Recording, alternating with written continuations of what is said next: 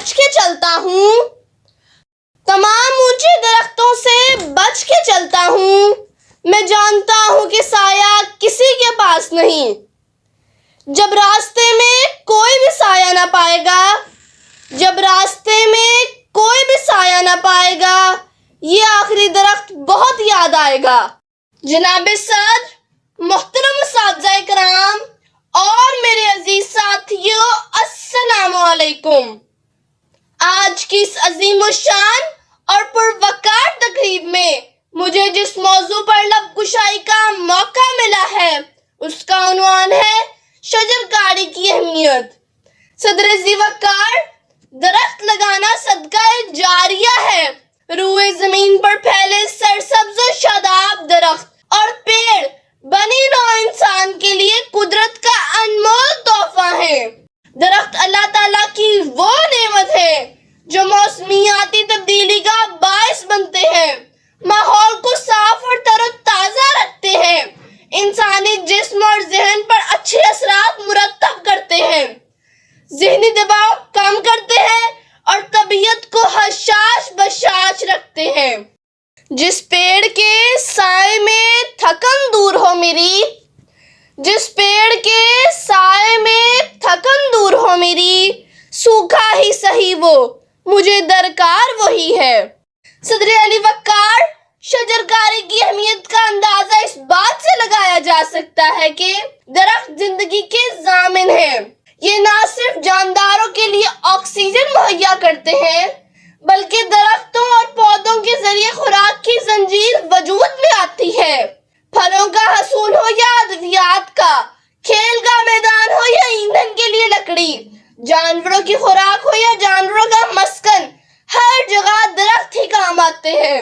سائے میں بیٹھی ہوئی نسل کو معلوم نہیں، سائے میں بیٹھی ہوئی نسل کو معلوم نہیں، دھوپ کی نظر ہوئے پیڑ لگانے والے۔ جناب صدر، شجرکاری، باغات اور جنگلات کی اہمیت اور بھی بڑھ جاتی ہے جب چاروں طرف آلودگی ہو۔ صاف، شفاف اور تازہ ہوا کے لیے انسان ترستا ہو۔ زہر آلود ہوائیں نسل انسانی کو دیمک کی طرح چاٹ رہی ہوں۔ ہوا، پانی اور زمین اپنی خصوصیات کھو رہی ہوں۔ انسان نئی نئی بیماریوں میں مبتلا ہو رہا ہو اور گلوبل وارمنگ اپنے عروج کی طرف جا رہی ہو۔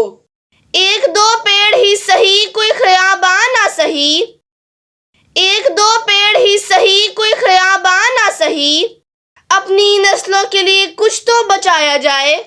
صدر وقار، درخت ماحولیاتی آلودگی کو کم کرتے ہیں، بارشوں کا سبب بنتے ہیں، یہ سیلاب کی تباہ کاریوں سے بچاؤ اور زمینی کٹاؤ کو روکنے کا ذریعہ بنتے ہیں، زمین کو بنجر نہیں ہونے دیتے بلکہ اس کی زرخیزی میں اضافہ کرتے ہیں، فضا میں سے کاربن ڈائی آکسائیڈ کو اپنی خوراک کی تیاری میں استعمال کر کے اس کی مقدار کا تناسب کم رکھتے ہیں، فضائی جراثیم اپنے اندر جذب کر لیتے ہیں، درجہ حرارت کو اعتدال و توازن میں رکھتے ہیں۔